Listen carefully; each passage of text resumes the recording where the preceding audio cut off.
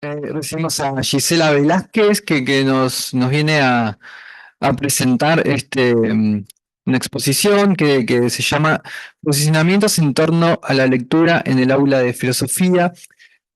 Creo que es una cuestión bastante interesante y compleja además, ¿verdad? Y creo que siempre, por lo menos para mí, siempre fue bastante compleja y más ahora con todas estas nuevas cuestiones de, ¿verdad? De la transformación y cómo interpretar y cómo encarar el aula desde otras cuestiones bastante nuevas, o no tanto. Bien, bueno, para quien quizás la mayoría la conocen, pero para quienes no la conocen, Gisela es docente de filosofía, Gisela Velázquez, egresada de IPA. Además, lo único que compartimos es que también trabaja en el IFD y yo en IFD de Cerro Largo, ¿verdad? Y bueno, yo también me formé en un IFD, solo que de Canelones. Bueno, aparte trabaja en CFE, en el Consejo de Formación y Educación. Allí se desempeña como profesora de didáctica en la filosofía. Tiene una maestría en educación por la ORT y estás cursando ahora un doctorado, ¿verdad? En educación también en la Facultad de Humanidades. Bueno, damos la palabra.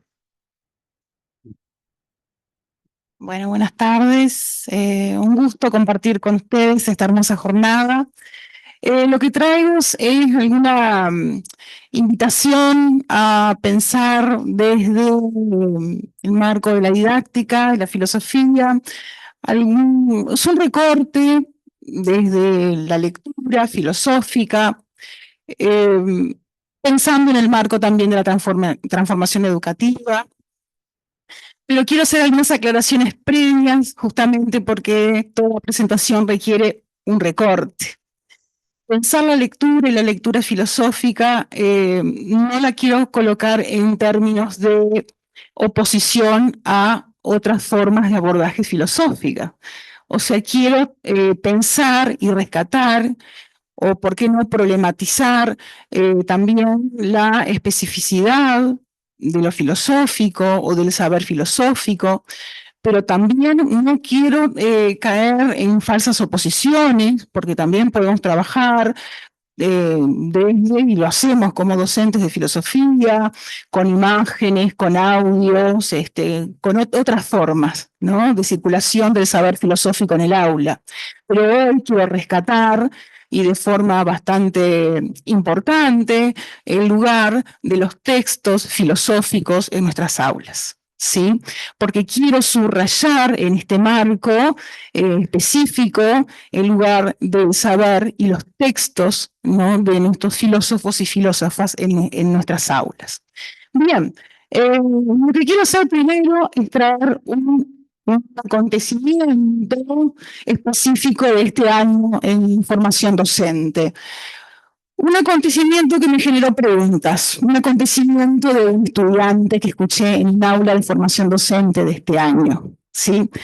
Ese acontecimiento de un estudiante de nivel terciario de formación docente, alguien que se está formando, ¿sí?, para a nivel de, como es de formación docente, me dice algo así. En realidad tienen que enseñar a los filósofos hoy en día, tienen que enseñar con series. A mí me tienen que enseñar a Kant con una buena serie. Déjense de traer textos ¿por qué me tienen que hacer leer a Kant? Tráiganme una buena serie para enseñarme a Kant. Escuché ese comentario, por eso traigo un acontecimiento que escuché. Aclaro justamente, voy hacia atrás, no quiero colocar un plano de dicotomía, ¿no? Igual vuelvo a la aclaración, y yo creo que podemos usar muy bien series, películas, imágenes, audios, ¿no? Pero insisto en el lugar que ocupa la lectura filosófica y los textos filosóficos en el aula, y que no los podemos perder, ¿no? ¿Qué lugar y cómo lo utilizamos a los textos fuentes en el aula filosófica? ¿sí? ¿Qué dice un estudiante cuando nos dice esto? ¿Qué nos está reclamando? Me ocupa y que me ocupa también en el discurso de la transformación educativa también, ¿no? Vamos a leerlo en lugar micro también desde allí. Por ahí aparecen estas cuestiones. ¿Por qué dar a leer en el aula de filosofía? Voy a ceder a este pedido de este estudiante de que tengo que enseñar a Kant con una buena serie. ¿Sí? ¿Qué enseñamos cuando introducimos el texto filosófico en el aula? Eso es una pregunta que también creo que tengo que poder hacer.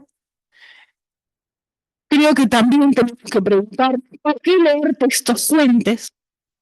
Volver a esa pregunta en este marco, sí, cuando por ahí toda esta discusión instrumental, ¿no? Está tan instalada, creo que la pregunta por la lectura de los textos fuentes, cuando si Ulises no puede leer, Ulises no puede, tenemos que volver a preguntarnos esto.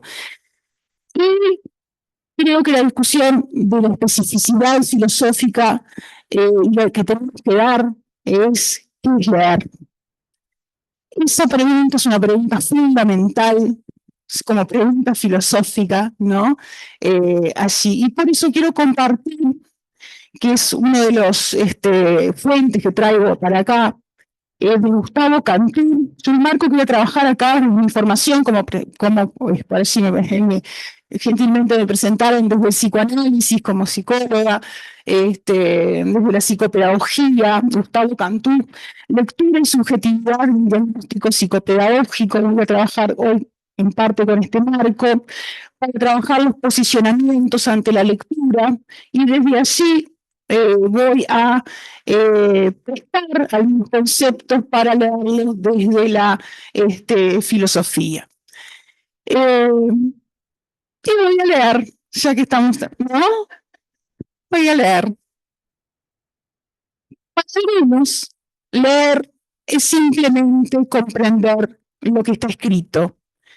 Pero también leer es el placer de sumergirse en el mundo ficcional, el permiso para apartarse de la cotidianidad, la invitación a imaginar, la ocasión de recordar, la incitación a fantasear, el detonante para cuestionar, el motivo para asombrarse, el riesgo de comenzar a dudar, el espejo para reconocerse, el peligro de darse cuenta, la magia de descubrir el acontecimiento para extrañarse. Entonces, el leer está siempre atrapado en una encrucijada, por un lado interpretando lo escrito según los cánones establecidos y de acuerdo con la perspectiva que establece lo permitido y aceptado, y por otro lado, restaurar el lenguaje en su riqueza, ambigüedad y polisemia, que llevan a la producción singular de sentidos. En esa zona ambigua entre la apropiación subjetiva del texto y la posibilidad de nutrirse de las apropiaciones de otros, entre la mera comprensión de lo superficial de lo leído y la experiencia íntima con el texto, entre la posibilidad de pensar por sí mismo y la necesidad de sostener la inscripción social entre las significaciones instituidas y los sentidos instituyentes, entre la imaginación que permite las resonancias subjetivas del oído y la reflexión que sostiene la autonomía del pensamiento, allí reside la posibilidad de leer. Por eso, no para todos los niños, y podemos decir adolescentes y adultos, no para todos los niños, es fácil leer lo que está escrito. ¿Sí? O sea, leer, ¿no?, implica, ¿no?, un proceso mucho más complejo, ¿no?, que es solamente decodificar. Es mucho más que eso. Está inscrito en un proceso complejo, ¿no? Está en juego la subjetividad, es mucho, mucho más entonces que eso. Sí, bien. Entonces, lo que queremos pensar hoy son los posicionamientos, no lo cambié ahí, acá. Serían los posicionamientos, sí, según este autor, que se estarían dados frente a la lectura. Ahí está. ¿Qué pasa entonces cuando damos a leer? ¿Qué ocurre frente a cuando damos un texto a leer en clase? Y ahí aparece, y que acá también quiero comentarles las experiencias desde la didáctica y las cosas que he observado en el aula, en los recorridos desde la didáctica. Sí, tiene un posicionamiento glosador, y esto lo puedo pensar tanto para la postura del docente, pero también lo puedo pensar también para el estudiante. Es curioso, porque generalmente cuando yo invito a los estudiantes a pensar esto, tienden a pensar a sus estudiantes, ¿no? Pero el ejercicio de pensarse a sí mismo, pues, qué posicionamiento adopto frente a un texto, ¿sí? Es necesario pensarse a sí mismo, ¿sí? Porque el docente va a proyectar en el espacio de aula su propia relación con el saber. Él va a hacer una transferencia didáctica, su propia relación con el saber va a estar proyectada en ese espacio de aula. Bien, entonces es interesante que ustedes puedan observar allí esos posicionamientos, porque yo puedo hacer una muy buena selección, un buen banquete, desde lo más tradicional, ¿no? Hasta lo más disruptivo, para llevar invitar a esta clase, ¿no? A leer filosofía, pero puedo tener un posicionamiento de tipo glosador, ¿no? ¿Qué significa allí ese posicionamiento glosador, ¿no? Yo ese texto lo tengo entonces como una verdad, ¿no? La glosa es la lectura, por ahí dice, sino que hace como un cuestiona, ¿no? No. Es parte, dice, de una postura como muy crítica, ¿no? Fíjense que yo he ido a clases donde vamos a leer a Platón o a Kant, y el docente lo va a leer e inmediatamente empieza a comentarlo al texto. No sé si ustedes reconocen ese tipo de práctica. ¿Sí? Inmediatamente el docente empieza a hacer todos los comentarios de ese texto. ¿No? Si el docente empieza a hacer comentarios del texto, le está quitando la experiencia, ¿sí?, al estudiante de poder tener justamente la posibilidad de experimentar, de que le pase algo con ese texto. Aparte se colocan, ¿no?, como lugar de palabra y de verdad frente a ese texto. ¿Ah? ¿Qué demanda del texto? Justamente un lugar de verdad. La palabra del docente va adelante justamente, ¿sí? Y es una práctica que a veces no nos damos cuenta. Es interesante pensar, ¿será por exceso de pasión que el docente va tan adelantado? ¿Será por ansiedad? ¿Por qué será que a veces los docentes van a leer e inmediatamente van comentando adelante del texto y no permiten que el estudiante logre tener como una experiencia de lectura, plantear buenas preguntas para poder abrir, ¿no?, allí justamente ese lugar de problematicidad, de diálogo, de intercambio? Por eso yo siempre pregunto a mis estudiantes, ¿cuántas veces tenemos que leer un texto en clase? ¿Cuántas veces lo tengo que leer? ¿En voces de cuántas voces?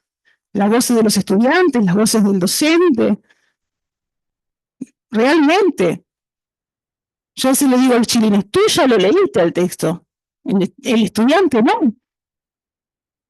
¿Sí? Esos tiempos es un tiempo necesario de lectura. Si yo voy adelante con esta postura, por eso es importante pensar esos posicionamientos.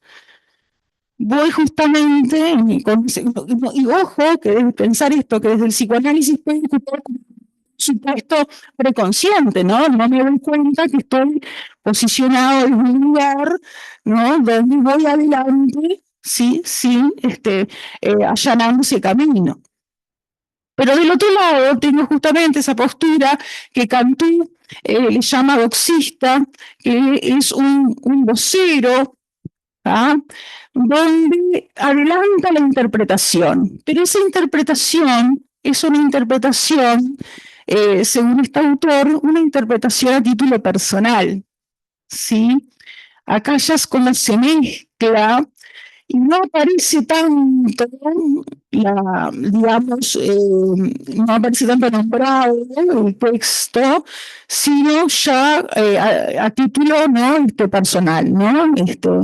Entonces más yo pienso esto y sigue. Yo no existe, no se va a distinguir tanto donde es a otro. A mí me pasó hasta hace poco tiempo esto, donde fui a ver una clase y el escritor, X escritor, había enviado un texto para el practicante, para la clase, y el escritor había agregado párrafos al texto fuente.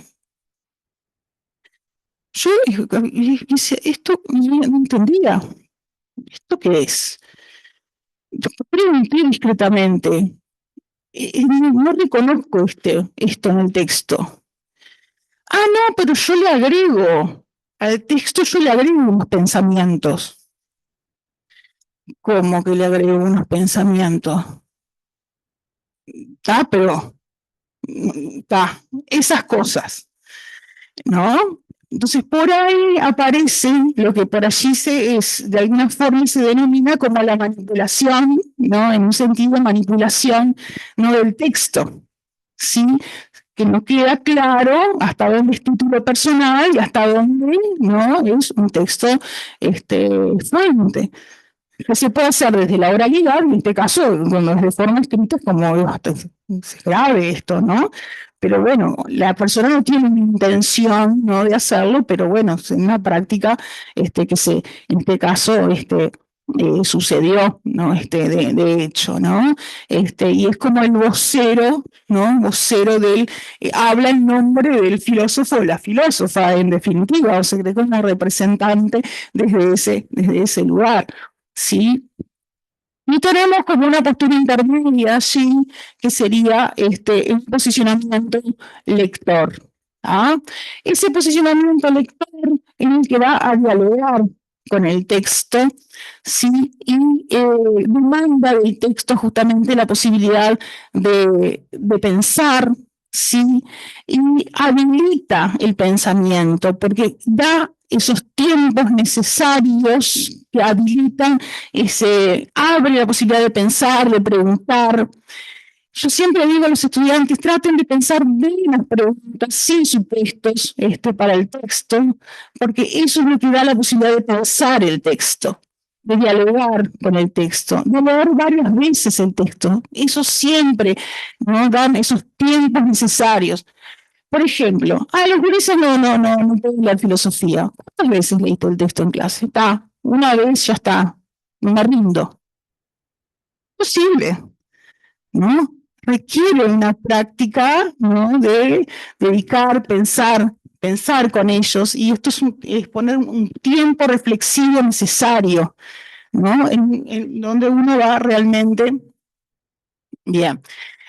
Recuerdo, y acá traigo otro texto, un texto viejito, capaz que lo conocen, materiales para la construcción de cursos de filosofía, 1997, ¿no? Sí, exacto, de Marisa, Mabel y Mauricio, exactamente, y allí aparecen en los capítulos la fundamentación de por qué trabajar textos fuentes, y aparecen algunas cuestiones bien importantes de cómo trabajar con textos Creo que volver a traer estas cuestiones siempre son relevantes porque tienen que ver con la especificidad del trabajo filosófico, ¿no? Por ejemplo, trabajar con textos fuentes en el aula implica, por ejemplo, trabajar con el encuadre histórico del texto, ¿sí?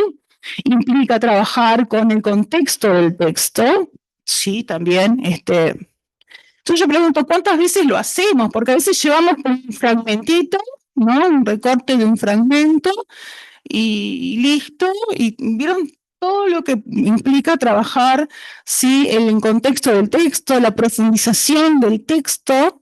Esa profundización del texto se puede hacer muchísimo también, ¿no? Trabajar con argumento, el problema del texto, las preguntas del texto, ¿no? El más allá del texto, ¿no?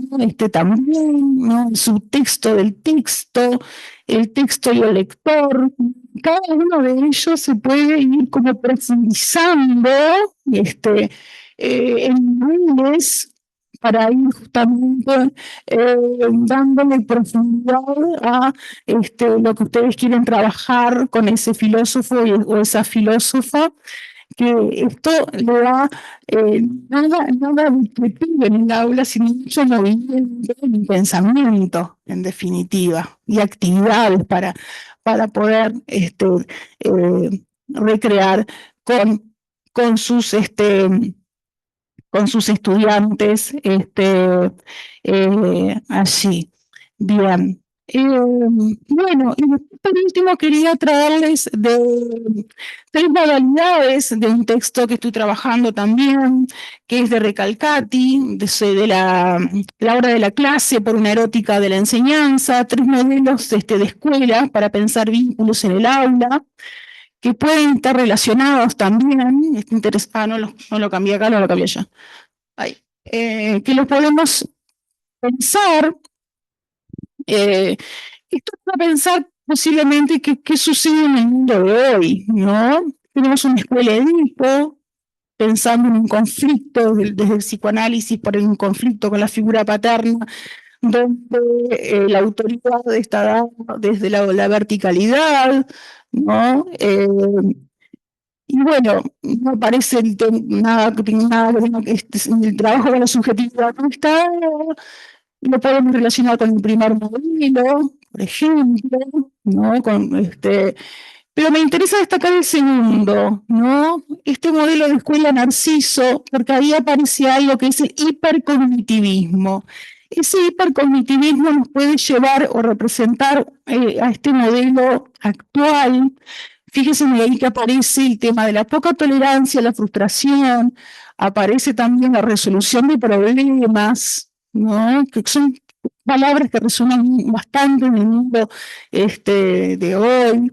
Creo que nos aterrizan, digamos, a lo que hoy en día se puede acercar a lo que puede estar ocurriendo en el mundo actual, como para pensar, ojo con este tipo de modelo o de escuela, y si sería o no un modelo para pensar la enseñanza de la filosofía a nivel de el psicólogo se posiciona, ¿no?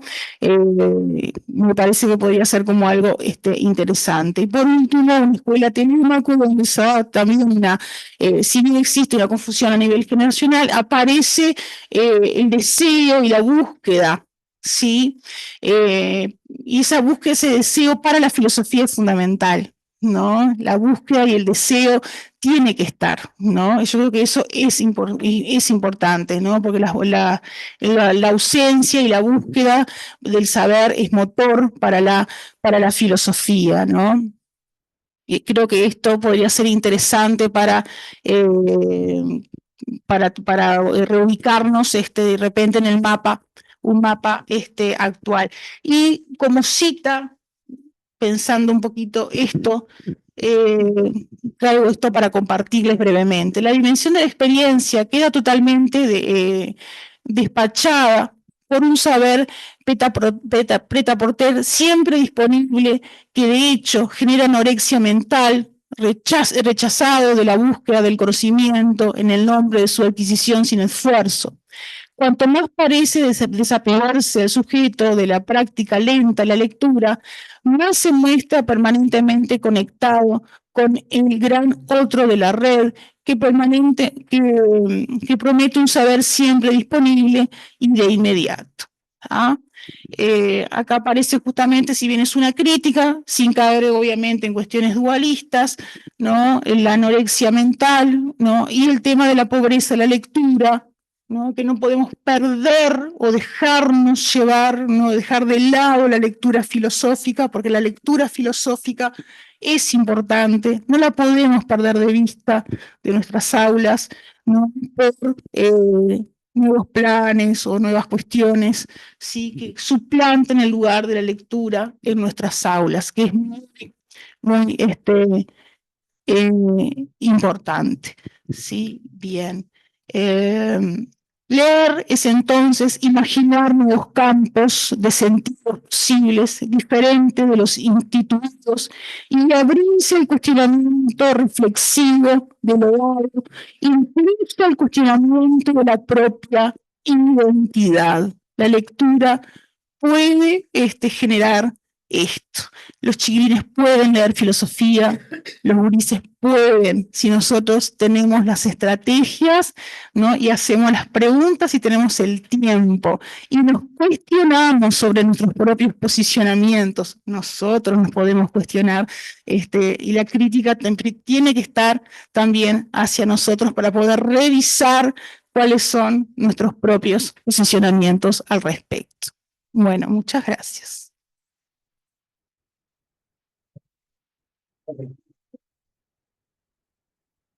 Bueno, 10 minutos para preguntas, comentarios, apreciación.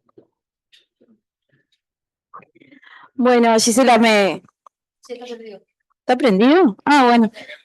Que estuvo muy buena presentación, me parece un tema bien importante para seguir pensando.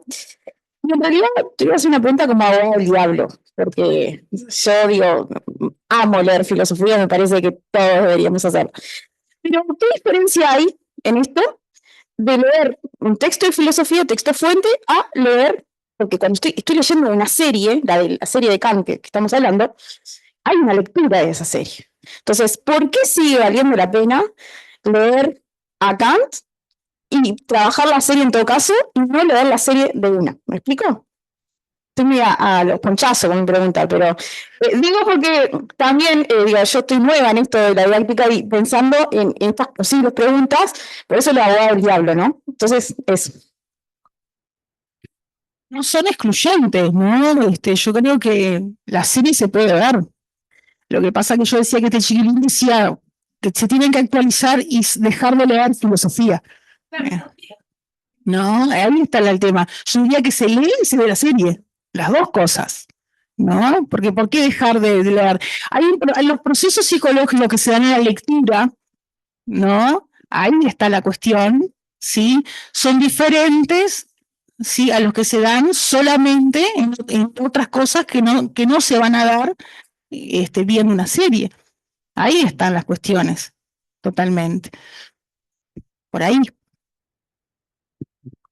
Pero insisto, con esto no voy a decir no ver la serie, no usar una imagen, no usar, yo qué sé, otras cosas. ¿Sí? Más allá de que nos pueda tener medio cansados la alegoría de la caverna, los chiquilines, ¿vos creés que la leyeron? Y no la leyeron. Lo que hicieron bien fueron un resumen o vieron un video que cuenta la alegoría de la caverna. En cambio, cuando tú te la pones a leer, ves que obviamente que la transposición que hay en el video, por más incluso yo tengo uno que está buenísimo, que es todo con muñecos de arcilla y está muy bien hecha, esa transposición artística que hace, hay un montón de pasajes que se pierden. Se pierden. Entonces, al final, cueste o no cueste, tenés que tratar de, no digo comprobar, de decirles, pero hay un pasaje donde dice que el que vuelve, porque ¿qué pasa? Ellos se quedan porque los chiquilines se quedan con síntesis, síntesis, que son los recuentos que hay en la alegoría de la caverna, y de ahí se empiezan a plantear un montón de confusiones donde parece que alguien los puso preso a propósito. Entonces, o no, síganme si me pasa eso. Y eso pasa con la lectura. Yo le digo, ahí se escapan detalles que siempre que yo voy filtrando, y lo mismo le digo con la inteligencia artificial, la inteligencia artificial también va filtrando, va achicando cuando vos preguntás. Entonces hay un momento que vos te quedás como con un residuo apretadito así que no te permite esa plasticidad.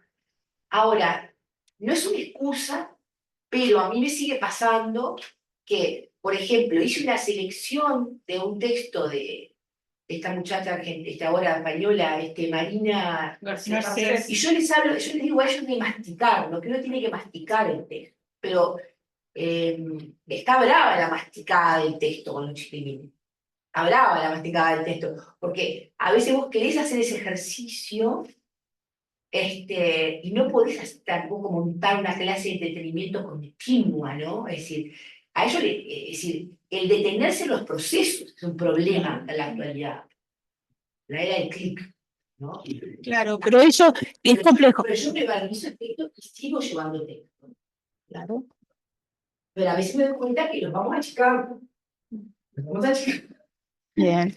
Ellos cuando descubren, cuando logran el placer de descubrir y pensar, porque ustedes cuando leen y descubren, ¿no? Ese placer que sentimos, ellos también empiezan a descubrir y sentir placer. Eso es hermoso. Eso es hermoso. Ese aprendizaje de sentir. Yo recuerdo a un chiquirín que cuando leyendo a Marx, descubriendo algunas cosas, me quería contar, me quería venir que te quiero contar esto que estoy viendo.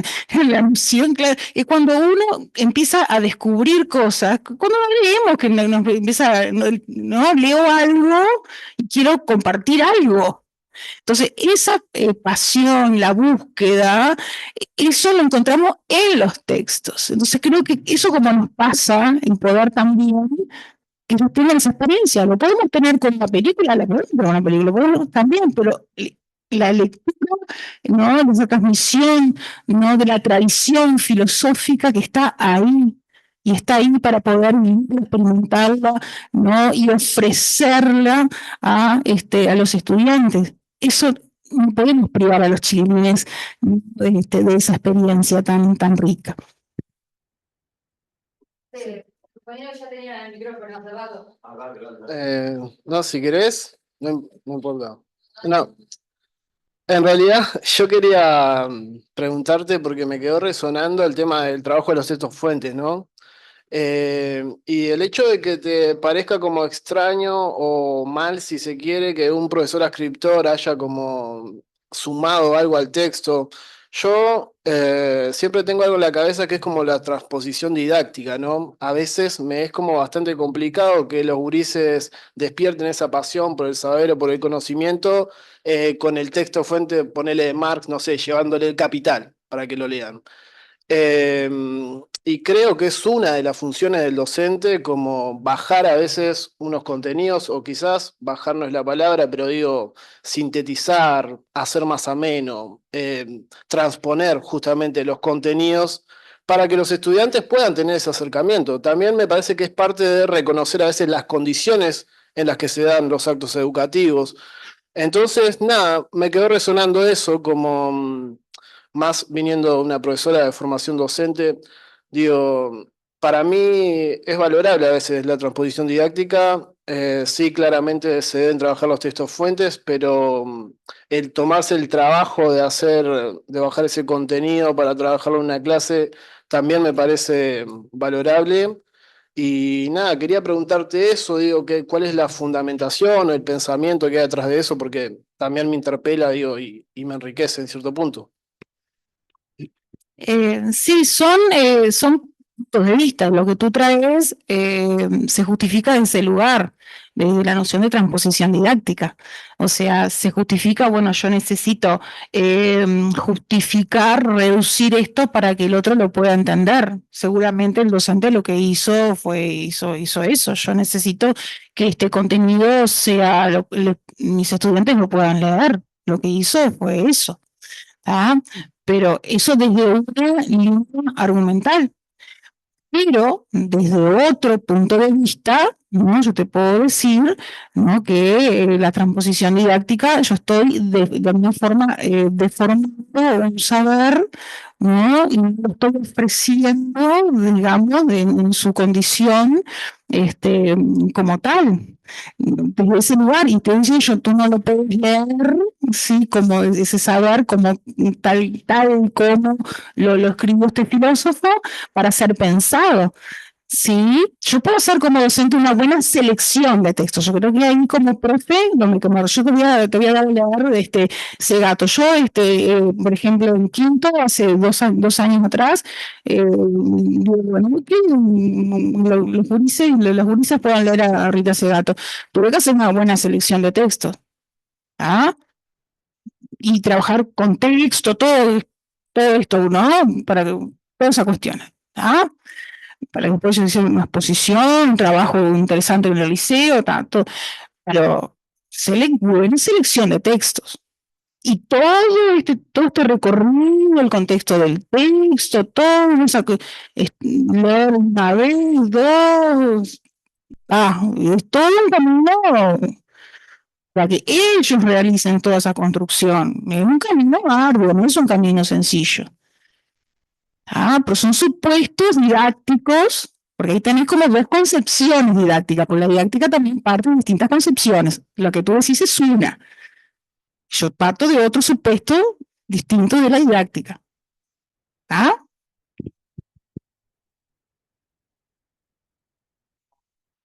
Sí. Vos intentás generar en los estudiantes solo con el texto fuente.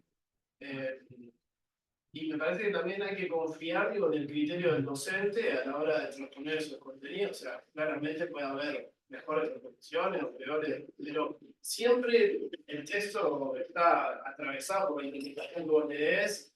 Incluso aunque lleves el libro entero a la clase, digo, tu forma de intercambiar con ellos, o sea, vos no puedes dejar tu singularidad de lado, eso va a pasar por más que lleves el texto, por más que hagas resúmenes. Y nada, en realidad era eso lo que me quedaba como resonando. Digo. Nada, porque creo que es parte del trabajo docente y me llamó la atención. Nada, eso. Yo quería decir algo que justamente iba conectado con eso, porque en realidad yo pienso totalmente lo opuesto a lo que dice el compañero, va un poco más en consonancia con lo que tú planteabas. A mí me parece que, sobre todo me parece que pueden pasar dos cosas con el poner esos comentarios en el texto fuente.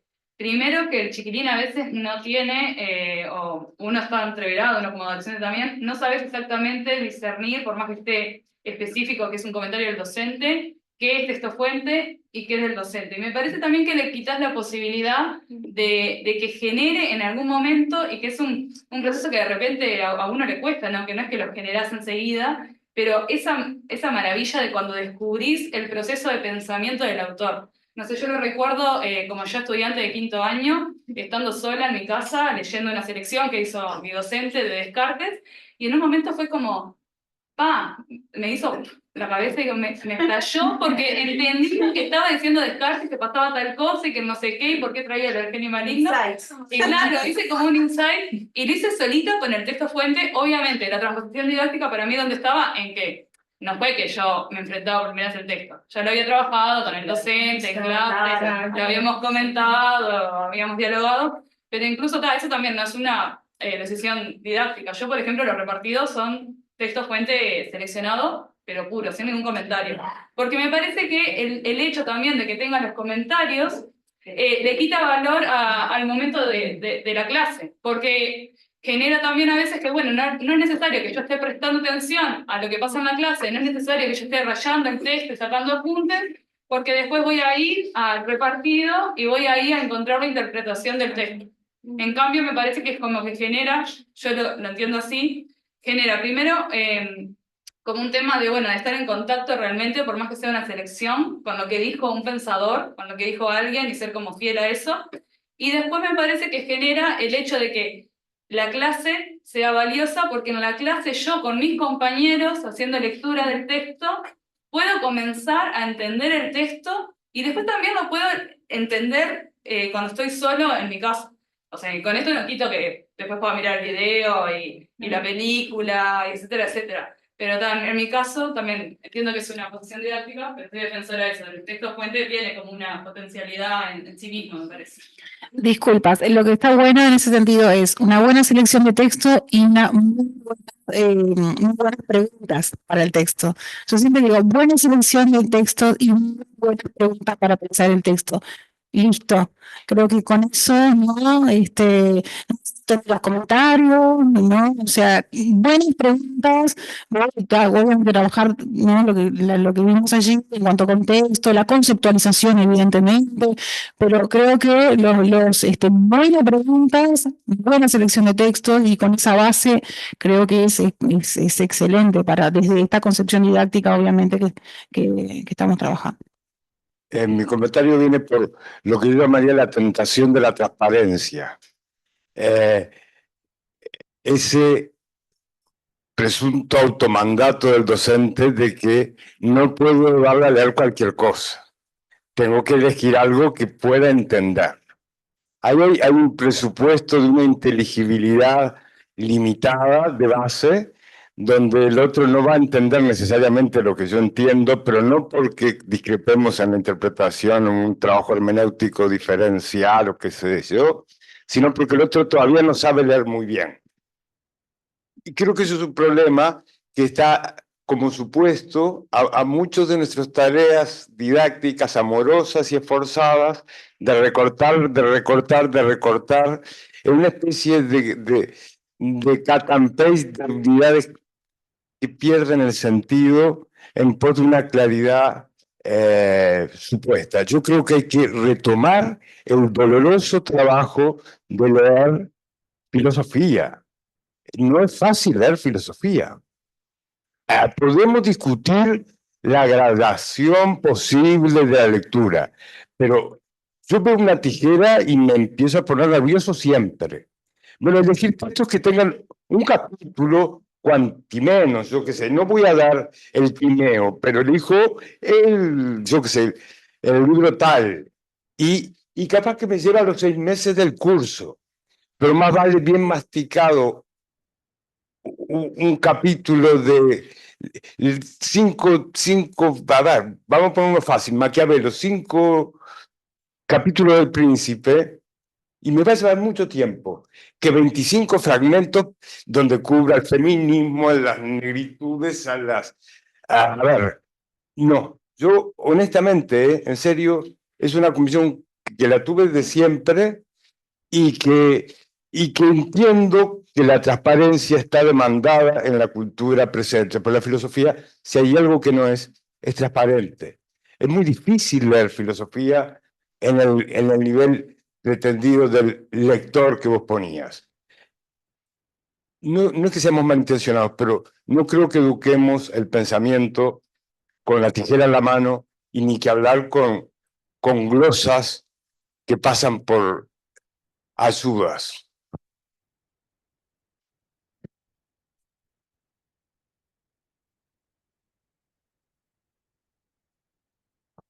Bueno, yo les había dicho que antes de las intervenciones que íbamos a hacer una pausa, pero en realidad por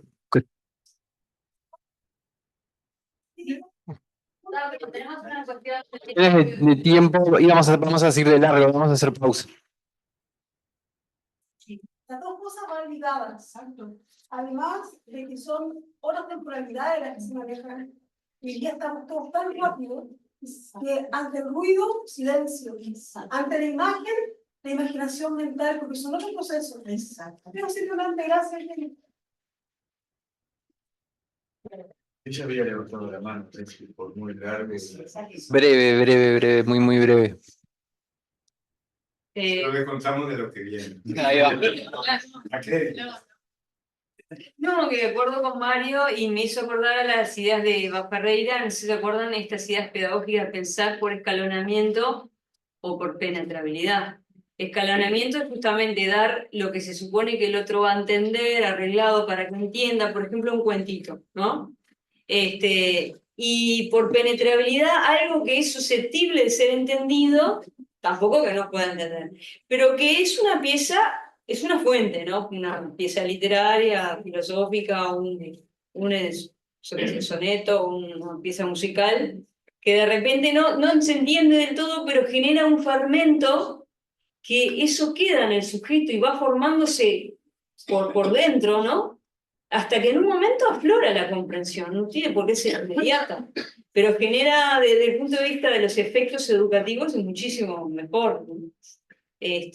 A mí, yo estoy de acuerdo con eso. Y pienso que el deterioro de la época no es que puede ser algo fuerte. Que no solo que los alumnos se pregunten si es mejor usar algo sustitutivo del texto fuente, sino que el profesor dude de eso. Para mí ya eso es como una especie de derrota, porque, digamos, no sé, nosotros somos enamorados de la filosofía, la hemos leído, la hemos masticado, la valoramos, entonces consideramos que ese esfuerzo y esa complejidad vale la pena en términos de formación, ¿no? Y entonces dudar de eso, que uno complemente, busque formas de incentivar esa lectura, pero esa lectura tiene que estar, si no, no hay enseñanza de la filosofía. Bueno, gracias y agradecemos a Gisela también.